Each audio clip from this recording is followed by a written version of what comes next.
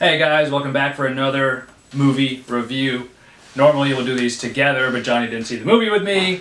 I saw Me Before You with a couple other people, not Johnny. That's correct. So, who is in this movie exactly? I know Emilia Clarke from Game of Thrones is in it. Yep, Daenerys Targaryen. Sam Claflin is in Okay. it. This is obviously from the book Me Before You that was written by Jojo Moyes, a 2012 release, I believe. I never really heard of it before. It's like not as big as like Nicholas Sparks per se. Yeah, I hadn't heard of it. This is a very unique movie in that it's a romantic comedy, but it's also a sad movie, and it doesn't have that like traditional happy ending that you'd expect. It's about assisted suicide and this guy that was paralyzed.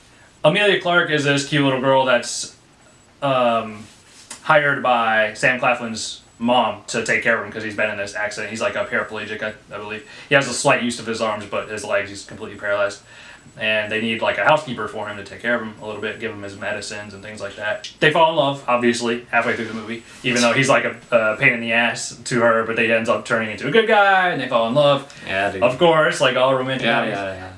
And he still is like so upset about his accident, and he had this great life. This family is very wealthy. He would go on skiing trips a lot, ride his motorcycle, like all that kind of cool stuff, go rock climbing. And he's just so upset, even though he's in love now. He like wants to make love to her and like go on all these crazy trips with her, but he can't because he's stuck in his wheelchair. He told his parents that he was going to have an assisted suicide in Switzerland. They said, just give us 6 months, please. So in this 6 month span that he granted them to like say goodbye to him, basically, they hired her to like get him to fall in love and kind of change his mind. He fell in love with her, but he still said, I need to take care of me. I can't have this life that I'm not the same person. And that's where the Me Before You title comes in. Did his parents actually have intentions for him to fall in love with this girl? Like, did they hire her with that in mind? Or was that gonna make a thing that happened? Well, they said that they had hired 2 or 3 other girls before her, and he was just such an ass to them that they left. But she didn't. She like stayed with him because she saw like potential in him, basically. And they might have covered that. I think the mom did say that she was looking to like get him to kind of come out of his shell. I don't think they necessarily expected him to fall in love with her, but they wanted her to show him that there's like still a reason for him to live. Okay, yeah, I see what you're saying. So how were the performances? Emilia Clarke. I know, yeah, I mean, she was really good. She showed a way better performance in this than she does in Game of Thrones. yeah, I was curious about that because obviously all I've seen her in is really Game of Thrones, and I know her.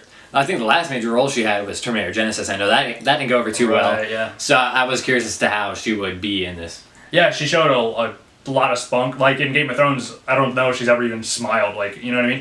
Yeah. It's always really heavy. Yeah. And in this, she's like smiling at every scene. Well, not every scene, but she's smiling a lot. She's joking around. She says a lot of like crude jokes and things. She dresses up like in these crazy outfits, and it's really funny. She does a really good job. And Sam Claflin does a good enough job. He's from the Hunger Games franchise. Oh, that's right. Okay. Yeah, in case you guys didn't know. Yeah, and he does a good job for what his role is. He is definitely an asshole, and when he comes out of his shell to be like her boyfriend, he really like comes through in that. Gotta ask, did you cry? I did not cry. That's all right. That's all right. I don't cry into a lot of movies, but I would say the crowd was 95% women, obviously, Okay. and there was tears were shed. I saw a lot of tissues. I heard a lot of crying behind me.